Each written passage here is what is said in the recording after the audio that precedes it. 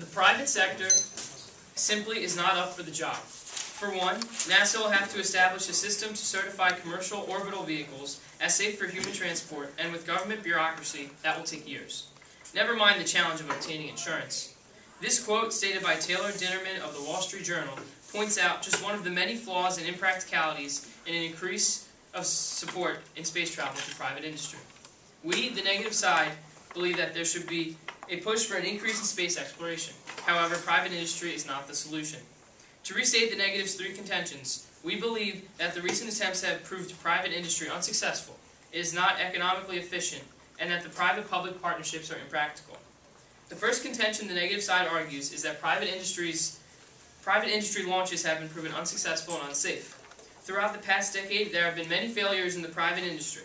You heard earlier from my partner Jesse of many failures, including the Rotary rocket in California, the Beale Aerospace firm, rocket plane Kistler, and the Blue Origin firm all failed in living up to their so-called potential and capabilities. In fact, according to the Wall Street Journal, over the past 30 years, there have been a dozen startups that have attempted to break through, and only one, Orbital Sciences of Dulles, Virginia, has transitioned into a respectable company. I repeat, only one. Clearly, private industries have not been proven reliable or capable enough to go into orbit, and it seems as if they have simply overpromised and underachieved. Secondly, the negative side believes that private industry is not economically efficient. Although the affirmative side argues that there will be an increase in job creation, they fail to address the fact of private industry's tendencies to push off deadlines and their failures. When NASA pushes off these deadlines and continues to fail, this makes the costs even higher, and it is clearly not efficient. Overall, the cost for private industries is not efficient. Lastly, the negative side argues that an increase in private industry will not be practical because of the close to unworkable tensions between public and private partnerships. To go over an example stated by my partner Jesse earlier, Lockheed Martin's X-33 was chosen to replace a space shuttle in 1996.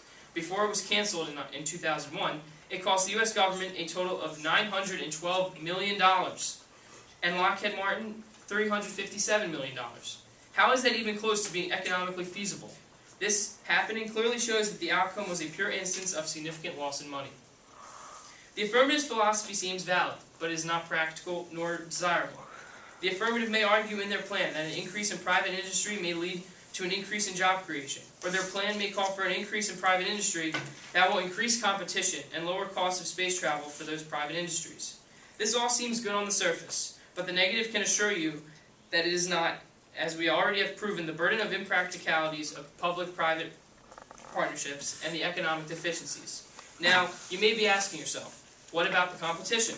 Well, the negative side believes that this potential part of their plan is not feasible, nor does it fulfill NASA's duty due to NASA's mission statement. And I quote directly from NASA.gov, NASA's vision on space exploration. To match for new heights, to reach for new heights, and reveal the unknown so that we do and learn will benefit all humankind. And I repeat, benefit for all humankind. This is where the negative's counterplan comes in that calls for foreign cooperation for space travel. We feel that in order to fulfill NASA's mission statement, the solution must call for the best possibility in an increase in space exploration as a whole. And we believe the answer is not private enterprise and competition, but instead cooperation with foreign nations. In this proposed solution, modeled after the European Space Agency's current strategy, would call for the International Space Agency, backed by the United Nations, to come together, and each nation involved will contribute a percentage of the budget, and will have certain mandatory missions to accomplish. This plan will be much less expensive, since there will be multiple countries pitching in the situation. On top of this economic practicality, the tangible benefits are much less strife, cheap costs, and potential resources. In fact, based on data from the top 20 space agency budgets in 2011, if all 20 contributed 60% of their total space budget, we could fund a global agency 1.5 times the size of NASA. This evidently more than fulfills NASA's mission statement, finding the best possible way to increase space exploration for all humankind.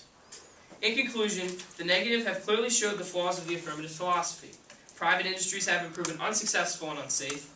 They have proved not to be economically efficient, and they have led to impractical tensions between private and public partnerships. The affirmative's potential plan for change seems valid, but in reality they will fail to fulfill NASA's mission statement of revealing the unknown for the sake of humankind. The negative's counterplan is economically viable because the more countries that join equate to lesser costs, making it extremely practical in such harsh times. And it makes it desirable due to the possible discoveries with all of the countries working together. Don't fix what isn't broken. Thank you, and vote negative.